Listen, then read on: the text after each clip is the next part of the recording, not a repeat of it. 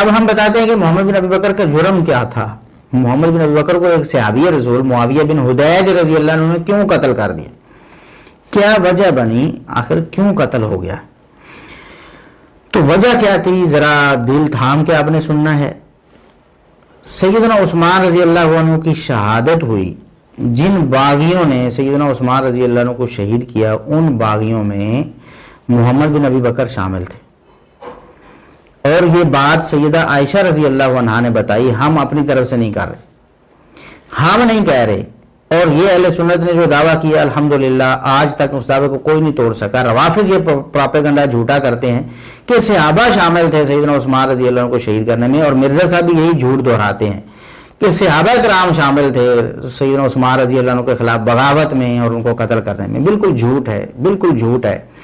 اور یہ حافظ ابن کثیر رحمۃ اللہ, حافظ ذہبی رحمۃ اللہ اور دیگر مورخین اسلام نے یہ دعویٰ کیا ہے, اور الحمدللہ اس دعوے کو قیامت تک نہیں توڑا جا سکتا. کسی ایک صحابی کا بھی سیدنا معاویہ رضی اللہ عنہ کے خلاف بغاوت میں نکلنے اور انہیں قتل کرنے کا کوئی ثبوت نہیں ہے.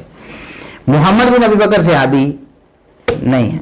تو لہٰذا مرزا صاحب سیدہ عائشہ رضی اللہ عنہا نے اس کا صحیح پس منظر بیان کر دیا ہے.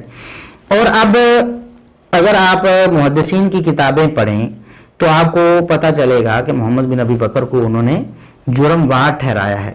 اگرچہ اتنی بات ضرور ہے کہ محمد بن ابی بکر ان کا سیدنا عثمان رضی اللہ عنہ پر حملہ کرنا ثابت نہیں, یعنی انہوں نے چاقو چھری وغیرہ کا وار کیا ہو. قاتلین کے ساتھ گھر میں گھسے ضرور ہیں, وہ گھر میں گئے ہیں, جیسا کہ الاستیعاب ہے امام ابن عبد البر رحمۃ اللہ علیہ کی کتاب, اس میں صحیح سند کے ساتھ یہ واقعہ منقول ہے کہ کنانہ جو سیدہ صفیہ بنت حیی رضی اللہ عنہا کے آزاد کردہ غلام تھے, انہوں نے یہ واقعہ اپنی آنکھوں سے دیکھا تھا.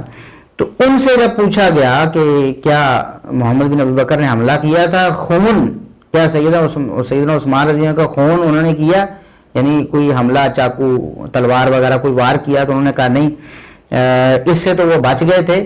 ہوا کیا, عثمان رضی اللہ عنہ کے پاس جب یہ گئے نا قاتل سب باغی, جب ان کے گھر میں حملہ کرنے کے لیے داخل ہو گئے تو عثمان رضی اللہ نے کہا کہ او بھتیجے کچھ شرم کر, اللہ صاحبی تو میرے نال نہیں رلنا, اس معاملے میں تم بھی باغیوں کے ساتھ ہو, شرم نہیں آتی؟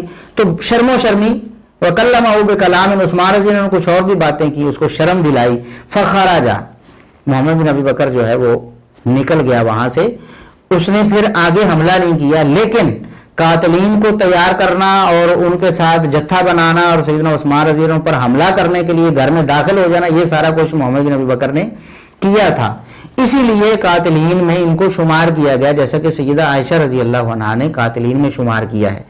یعنی کہ چاقو چھری وغیرہ کا وار نہیں کیا سیدنا عثمان رضی اللہ عنہ پر, یہ ثابت نہیں ہوا, لیکن قاتلین کے ساتھ پلاننگ بنانا, ان کے خلاف بغاوت کرنا اور ان کے گھر پر حملہ کر کے دروازے توڑ کے داخل ہو جانا یا پیچھے سے گھس کے آ کے داخل ہو جانا قتل کرنے کے ارادے سے, یہ بالکل ثابت ہے. تو اتنا ہم کہتے ہیں کہ جو بات ثابت ہے وہ یہ ثابت ہے کہ سیدنا عثمان رضی اللہ عنہ پر انہوں نے بالفعل حملہ نہیں کیا چاقو یا تیر تلوار وغیرہ سے. بعض روایات میں اگرچہ وہ لکھا ہوا ہے, وہ روایات میں ہیں, لیکن وہ پایا ثبوت کو نہیں پہنچتی. البتہ قاتلین کے ساتھ حملہ کرنے کے لیے اندر ضرور آئے تھے, بعد میں باہر چلے گئے.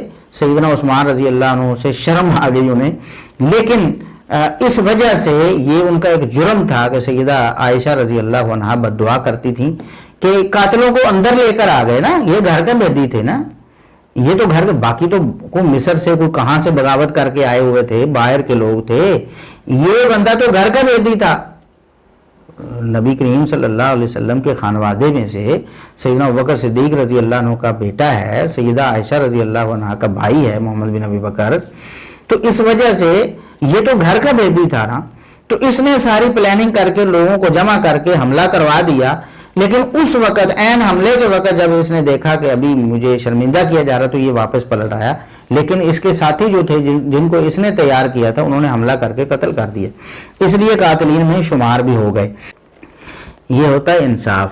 یہ ہوتا جو وہ مثال دیتے نا آپ کے, اگر فاطمہ بنت محمد بھی چوری کرتی تو اس کا بھی ہاتھ کاٹ دیا جاتا, اس کو آپ غلط جو ہے نا استعمال کر کے